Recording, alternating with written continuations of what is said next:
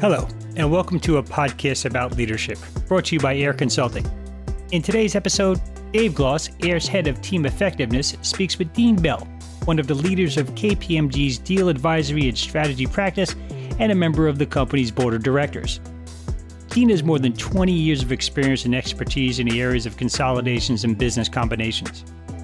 In this conversation, he and Dave talk about everything M&A, state of the market, what separates successful mergers and acquisitions from those that aren't, and what it takes to combine two companies with different cultures. My name is Dave Gloss. We are in for a really great conversation and a really topical one as it relates to mergers, acquisitions, and how do we successfully navigate them, not just in terms of great deals, but how do they actually succeed? Bring great companies together, great cultures, and how do leaders navigate those moments? We're joined here today with a leader from the deal advisory and strategy practice at KPMG, Dean Bell. Dean not only is a leader within the practice at helping advise and navigate great opportunities in the marketplace and allow people to take advantage of great opportunities, but also is a member of the board of directors and actively involved in their DE&I efforts at KPMG. But what I know Dean most from is our work together. We've had the opportunity to partner at helping the evolution of the deal and advisory leadership team and their practice. And Dean, I the first time I ever got to really know you, I didn't even meet you yet. I had woken up early. We were down in at Lake House in Orlando for a session we were doing with the team. I get up early. I do some stretching. I'm ready to get my day going, feeling like I'm on top of it. I open my blinds. I look outside, and there's just some dude trucking around the track out there. Not only on top of all the things you do, you are a super avid runner, and made me put to shame. So you got some spunk, my friend. Welcome. Well, that was spunk because it's part of the actual way to survive this job, getting out in the morning and getting some sprints in. But I'm glad I inspired you, Dave, is what I want to call it. Yeah, inspired me to be like, yeah, I'm just going to go down and get an apple. That's the best I can do in comparison to the world. But I appreciate you joining us here today, Dean. Thanks so much for being able to share your expertise. We're going to get a chance for everybody to hear a little bit, sort of the state of the markets and how that informs how leaders need to navigate this moment right now. But before we do, the question that we always ask is, where we got our start on our journeys, not our career. We can get into that, but first job. What was your first job you ever had, Dean? Well, I'm not going to count the paper route. It doesn't count because I was a terrible paper boy. But I would tell you, probably my first job was being a caddy at a golf club. I did that for 3 summers post my high school years. And that really helped me understand business because I was caddying for some of the most successful business people in my area, lawyers, politicians, you name it. I could see how the golf course was their playground for conversation. So being around that for 3 years helped me understand what my future could look like. So that to me was a good job. But Dave, I was 5'2", 125, carrying 2 bags up and down an 18-hole course, sometimes twice a day. So I definitely got tough from that day. Those days of walking around summertime. Yeah, you get the calves going, strong shoulders, get a bit to fill out a little bit. You say you learned a lot sort of observing those folks. What were some of the things you picked up, when you noticed like what they were talking about or how they carried themselves or what it was that you took from that? Well, clearly relationships. You could see at the start of the first hole, the handshakes. Hi, nice to meet you. How are you doing? There were a few folks that credentialized the other person on the golf course. And by the time you got to the 9th or 10th hole, you saw the relationship kind of develop in terms of over the last 2 hours, let's say, how the golf shots were going, what they're doing in their business. Is there a way for them to connect?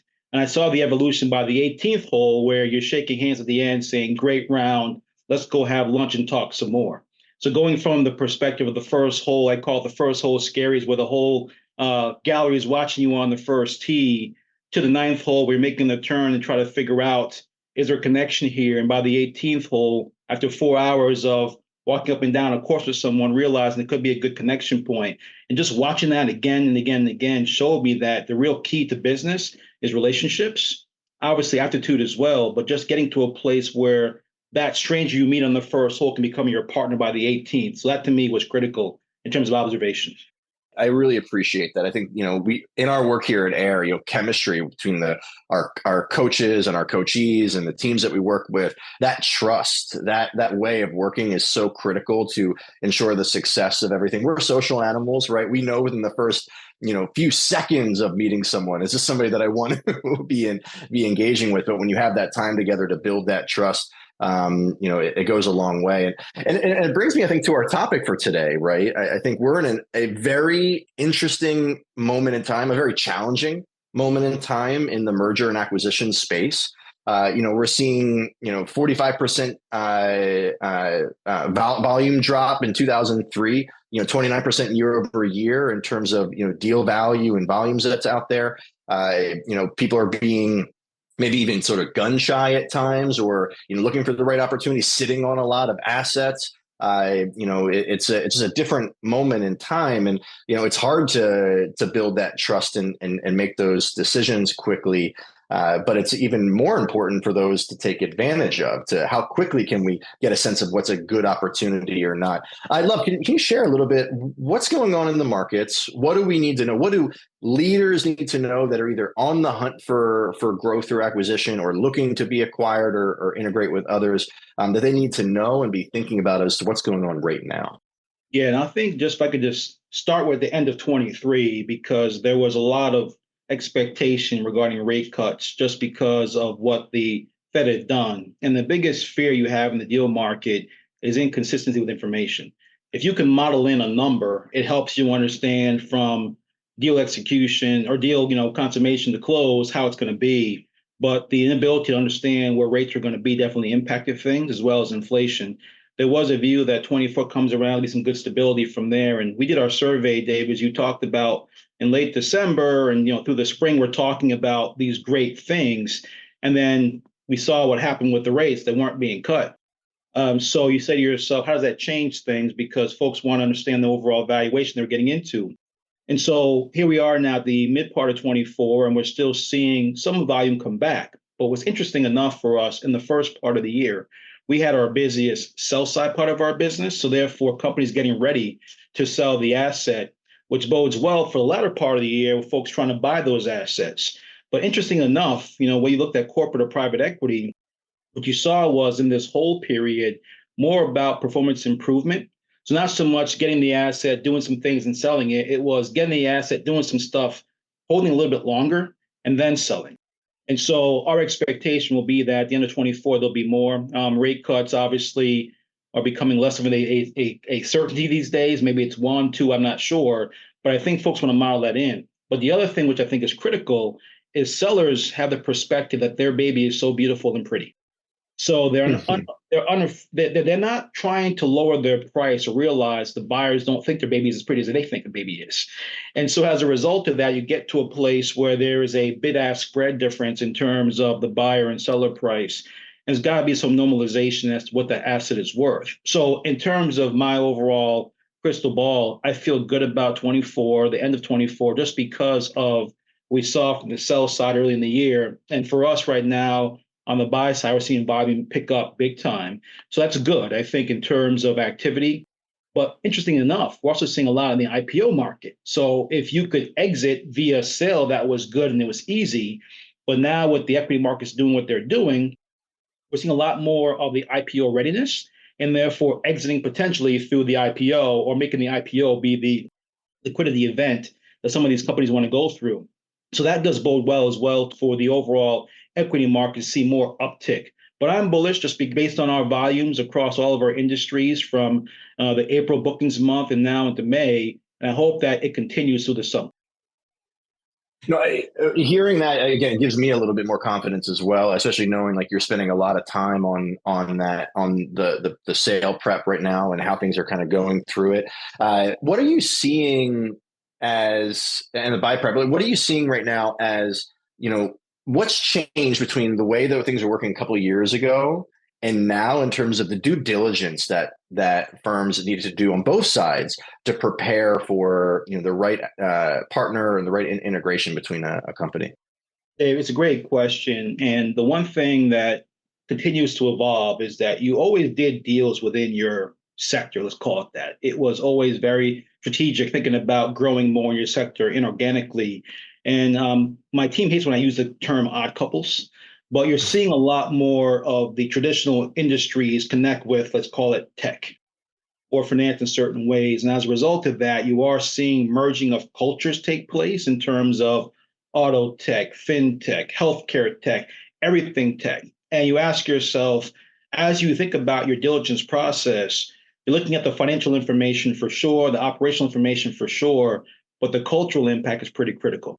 What happens when you take a bunch of folks from a certain demographic and a certain history of how they run their business and merge them with a different culture that's more risk taking, versus risk averse, who will want to go out and fail quickly, fail fast. David, you know, in our work together, we've always been very conservative about how we think about trying to move into different areas. And it's like, no, let's go ahead and shoot the name at times. And so that definitely is interesting in terms of how companies come together for their culture and trying to think about a combined view of the future. Can those two cultures work well in trying to achieve the objective they have mutually? That to me is to be seen.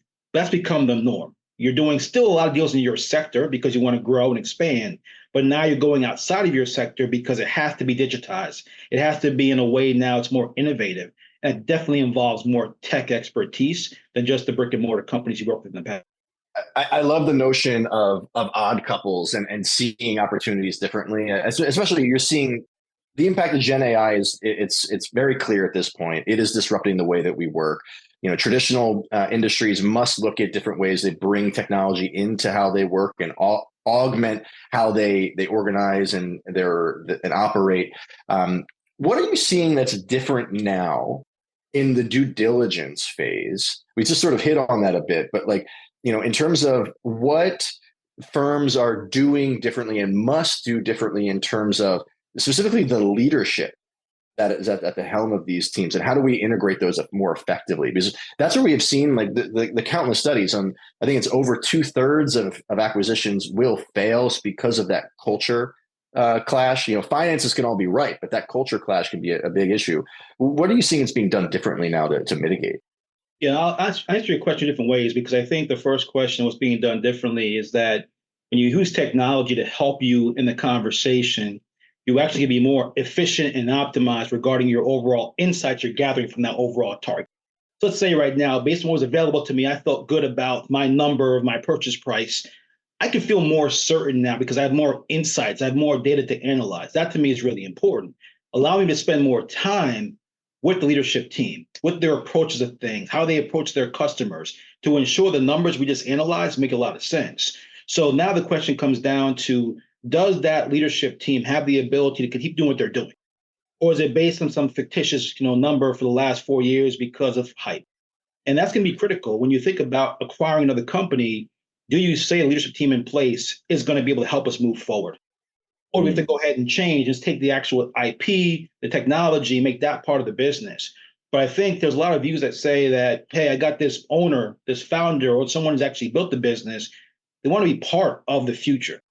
And so the question is to get beyond the monetization exercise is, hey, I'm going to get paid now for my great idea, and say, you're so critical for us in terms of continuing to evolve the business and to make our client list, to make sure that we can always move as the market moves. So that's going to be a critical part of diligence, is really trying to attack the overall commercial aspects of the business. And does the leadership team in place have the ability to keep it going?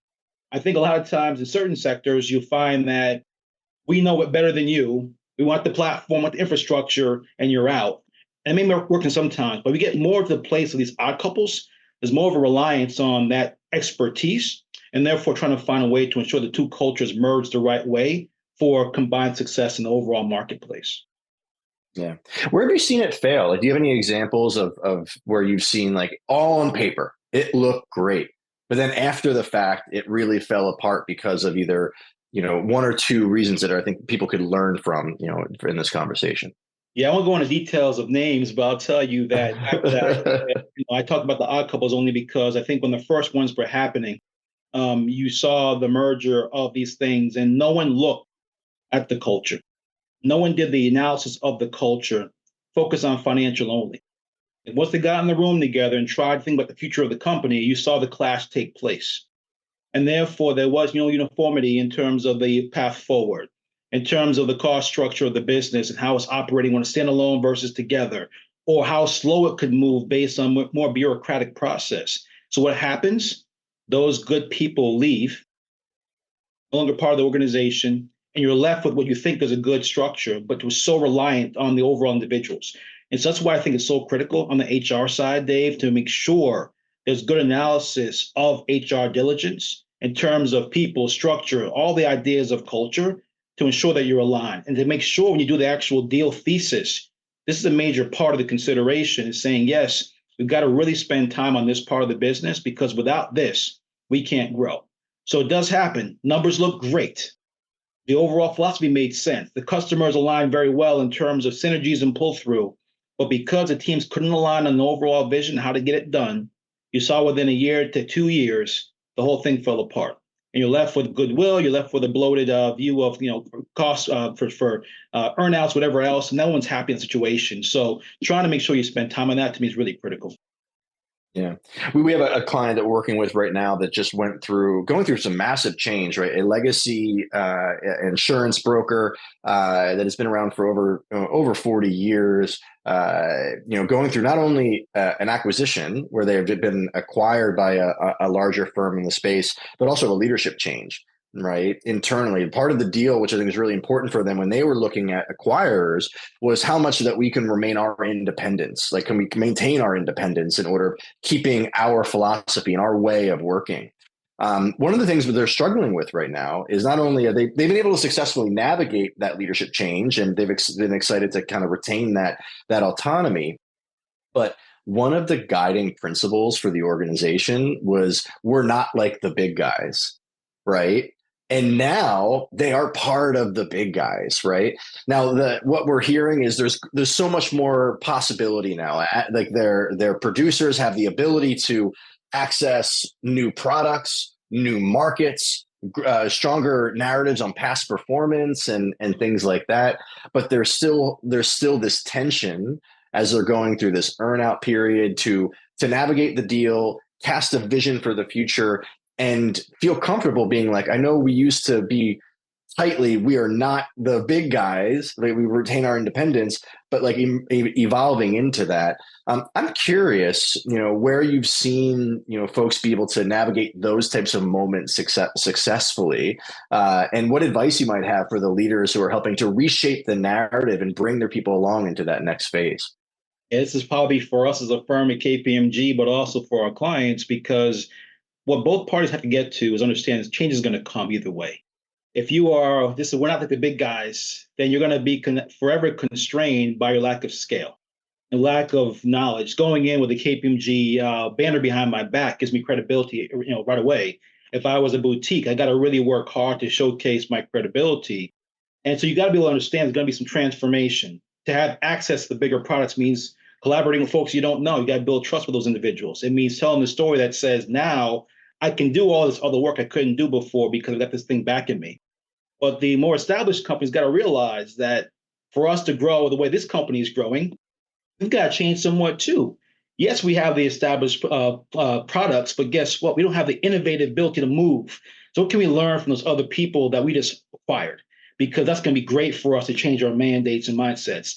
What I do find interesting is sometimes I give folks about 6 to 12 months to say, when you keep telling me when I was at so-and-so, that didn't go so far. We brought you in because you were at so-and-so company, but I want you to be in a position to help us take that overall experience, measure into this culture, help us expand. So my view of it is that we're not like the big guys, have to understand transformations coming to help them grow and scale. And traditional companies got to understand, for us to really change who we are and get better, we got to have more of that innovative entrepreneurial mindset. So to me, it takes both sides coming together, but Dave, there are egos involved. And when egos are involved, they tend to say, it's my way. I've gotten here the way I've gotten here. I'm not going to change. I think for any leader, the best news is to be able to kind of be coachable and to understand that change is inevitable.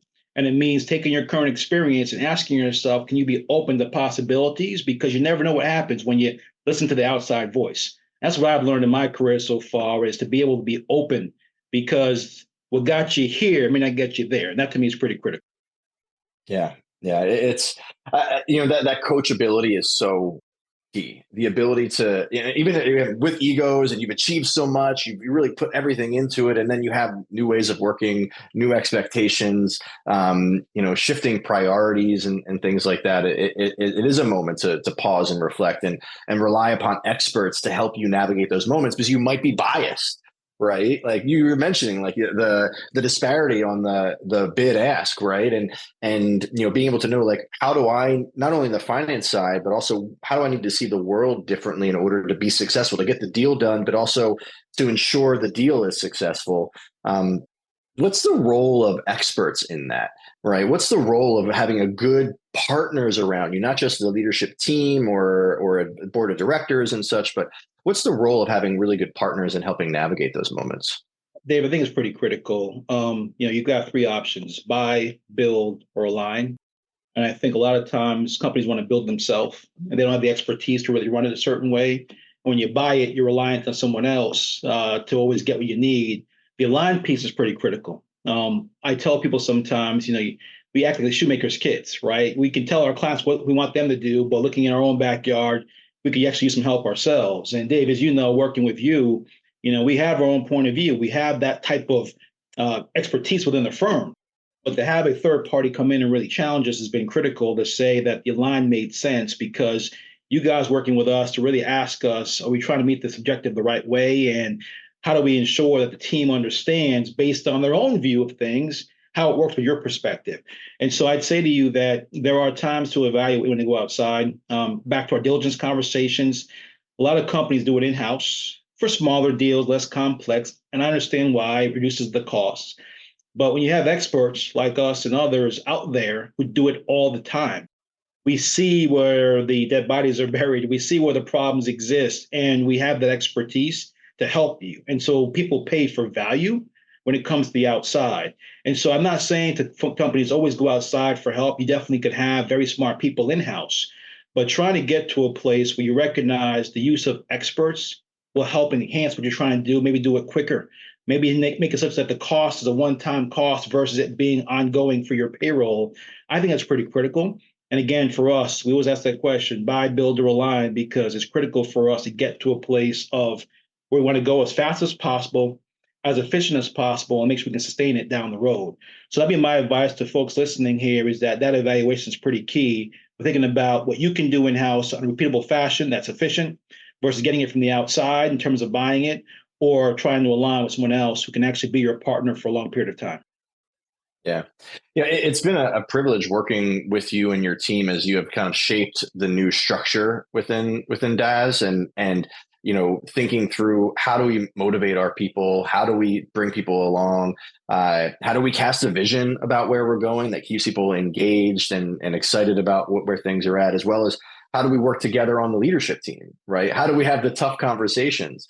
I keep coming back to, like, the rumble and you said, like, ready, shoot, aim, like principles that we were able to put into practice. I'd be curious if you can share a little bit of, how has our work helped you be able to better lead, but also serve your clients?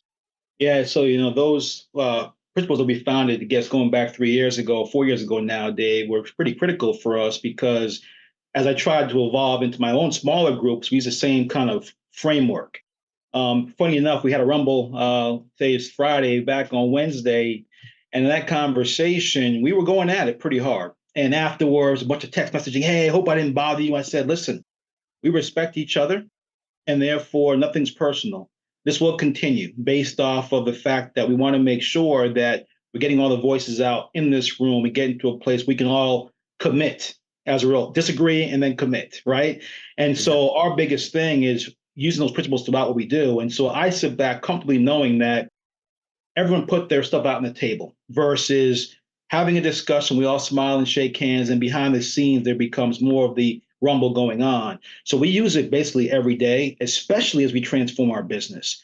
Back to the Gen AI conversation we discussed early in this discussion, you have to understand what's coming, which means change. We're very much focused on sector, we're very much focused on our client views versus our solutions. That's a change. And so rumbling and getting to a part of having those ground rules, frameworks you operate in are pretty critical. and getting buy-in to make sure that as new folks come into the organization in leadership, they understand, hey, welcome to the team. Here are the ground rules. So when things start to happen, they understand it. And they expect to be in a position where we can have natural debate and leave as a unified team when we're done. Knowing that it's still 4 years later, still governing not only your leadership team, but cascading through the org, I think, it gives me the greatest testament to the work and the partnership and the belief and effect of it. So thank you for that. I'd be curious if you had any recommendations or advice or any thoughts for, leaders right now as they're looking to partner with KPMG or find that person to align with, what is it they need to be looking for to make sure that they're aligned with the right partner to help them navigate, this next evolution, either their firm or for their team to lead? Yeah, one of the mindsets that I kind of push out in terms of my role is the client for life mentality. And that means that we're not being transactional with our clients. We're helping them throughout the things they need to navigate in their overall aspirations. I think for anyone looking at a vendor or provider of services, is that person transactional, just trying to sell you what's on the bookshelf? Or are they trying to help you get to your goals? And that to me is pretty critical. We really want to make sure that we're someone that you can see as your partner with you along the way, not just a person you call when you need something. And so I asked that question, is that individual going to be there when you need them for whatever it is? We all have mortgages we want to go ahead and pay. We all have tuitions we're trying to hopefully save for and retirement plans. And so there's a human element to the other side. Do you feel like you're someone who is looked at as a human being trying to solve a business problem? Because that's what it is people in an organization. That to me is pretty critical. And I know that we definitely focus on that within our firm, is to not just be transactional, because that doesn't help you in the long term. Is to be a long-term partner with your clients and helping them beyond just the question.